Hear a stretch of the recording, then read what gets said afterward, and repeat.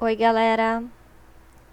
Seguinte, capítulo 1 e 2, estudo do texto, tá?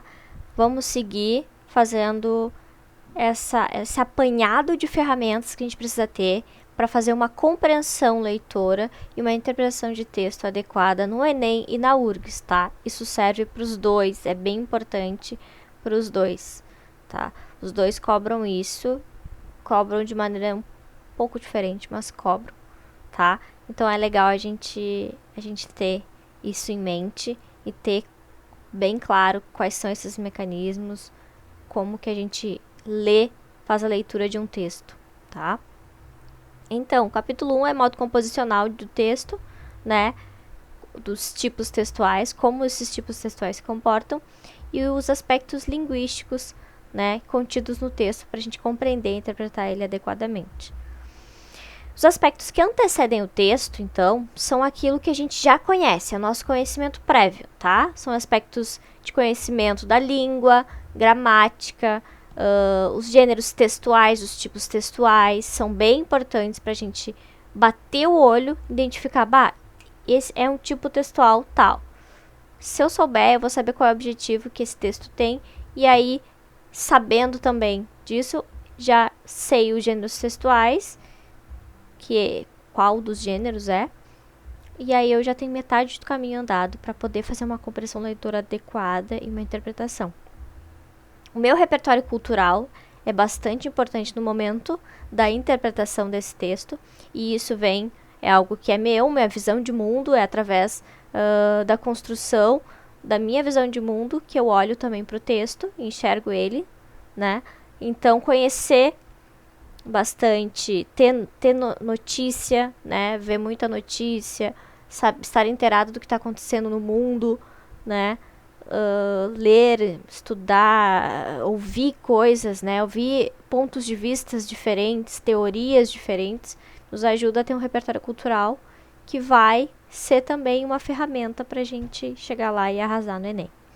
Aspectos contidos no texto. O que está dentro do texto que eu consigo enxergar? É isso, é o que está lá escrito, é o que está dito, que não tem como questionar, né? Tá lá no texto. E isso tem a ver também com o contexto social em que esse texto foi escrito, né? Qual é o autor desse texto, a forma como esse texto foi escrito, qual foi o tipo textual que o autor escolheu para escrever esse texto, qual foi o campo semântico, as palavras que ele escolheu, os adjetivos que ele escolheu, o sentido que ele deu para as palavras, né? E aí a gente entra no sentido conotativo e denotativo, que é uma das outras aulas que a gente vai ter. As imagens que estão acompanhando esse texto também são bem importantes, tá? A gente às vezes fica muito preocupado em ler, né, o que tá sendo escrito ali, mas a imagem diz muito também. A imagem é um complemento do texto, tá? E essa mistura de imagem com o texto, a gente chama de textos multimodais. Por quê? Porque mistura dois tipos de linguagem, linguagem verbal e linguagem não verbal, tá? E as duas se complementam e são fundamentais para ter o sentido completo, a compreensão completa daquele texto. Então é importante prestar atenção na imagem, é importante prestar atenção no contexto social, é importante ler aquele rodapézinho ali que tem embaixo, que diz qual é a fonte, quem escreveu, para qual veículo foi escrito, uma revista, num jornal, é uma notícia, enfim, vai aparecer ali, né? A data também para tu saber em que situação foi escrito aquele texto, são indícios que a gente usa para interpretar de uma maneira rápida, porque o Enem ele precisa que seja rápido. A gente tem um texto para cada questão, são 45 questões, a gente vai morrer se a gente tiver que voltar toda hora no texto. Então, se eu tiver uma leitura boa e rápida e assertiva de interpretação, eu consigo fazer essa prova tranquilo. E aí, as poucas que eu tiver dúvida, eu vou ter tempo para retomar, para voltar no texto, né? E fazer, né, essa leitura novamente. E os aspectos pós-textuais, então? Os aspectos pós-textuais é a junção do meu conhecimento prévio com aquilo que está dito. Aí eu vou lá e tenho a compreensão e a interpretação textual. tá? Que são coisas diferentes, compreensão textual e interpretação textual. São duas coisas diferentes, por isso que é dito interpretação e compreensão de texto, questões de interpretação e compreensão de texto. Por quê? Interpretação tem a ver com a minha visão de mundo, tem a ver com os aspectos que antecedem o texto, eu diria, né? Se a gente tivesse que dividir, tá? Isso tem a ver com a interpretação. Os aspectos que estão contidos no texto, escritos no texto, tem a ver com a compreensão leitora, tá? Então, interpretação é a minha visão de mundo, é a minha bagagem que eu já tenho, é o que antecede o texto. O que está no texto é minha compreensão leitora, tá? Então, a gente precisa agregar essas duas ferramentas, esses dois olhares para fazer a prova e a questão e arrasar. Então, pra gente, uma dessas ferramentas é os tipos textuais e os gêneros textuais. Precisamos saber entender o que cada um é, tá? E sim, são diferentes. Tipo textual é uma coisa, gênero textual é outra, tá? Eles são importantes, eles se completam, mas eles são diferentes. Quando eu falo em tipo textual, eu tenho uma intenção diferente do que quando eu falo gêneros textuais, tá? E isso é importante porque no enunciado vai aparecer essas pistinhas e a gente tem que saber.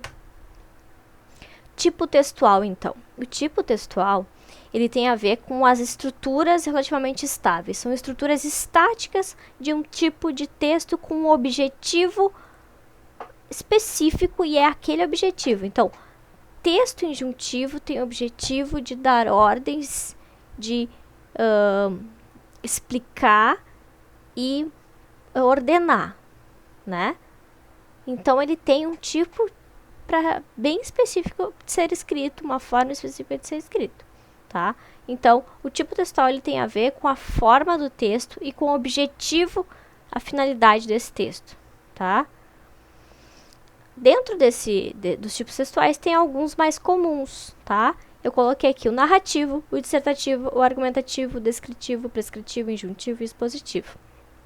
Nós vamos estudar cada um deles de uma maneira bem cada um por um, tá? Vamos fazer mini videoaulinhas de cada um desses, tá? Pra não ficar chato, não ficar cansativo.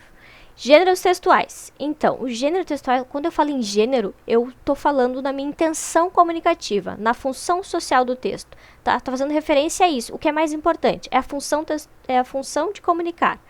É a intenção comunicativa que eu tenho quando eu escrevo um gênero textual, tá? Então, o tipo tem a ver com forma estática. Gênero tem a ver com a minha intenção comunicativa. E aí, dentro, né, dos gêneros textuais, tem romance, conto, carta, notícia, reportagem, resenha, artigo de opinião, enfim, cardápio. Eu botei vários aqui classificados, anúncios, leis, mandatos, bula de remédio, manual de instrução, enfim. Uma série. E os gêneros textuais, a tendência é que cada vez mais eles cresçam, né? Tem gêneros textuais que não existiam, tipo e-mail não existia há um tempo atrás, né? Mensagem de texto não existia, isso são gêneros textuais. Um tweet, da onde? Não tinha tweet.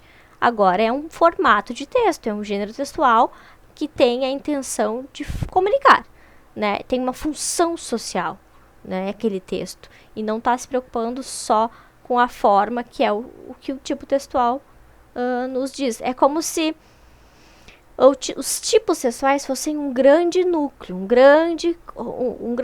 o texto, tipo textual narrativo, abarca vários gêneros textuais dentro dele. O romance, o conto, a carta, né, são gêneros textuais contidos no gênero narrativo, né? Então, o texto prescritivo, ele é um texto que abarca vários tipos de gêneros textuais. Vários gêneros textuais, né? Não tipos. O tipo textual prescritivo, ele abarca vários gêneros textuais. Tipo leis, mandados de prisão, né? Ordens judiciais, edital, né?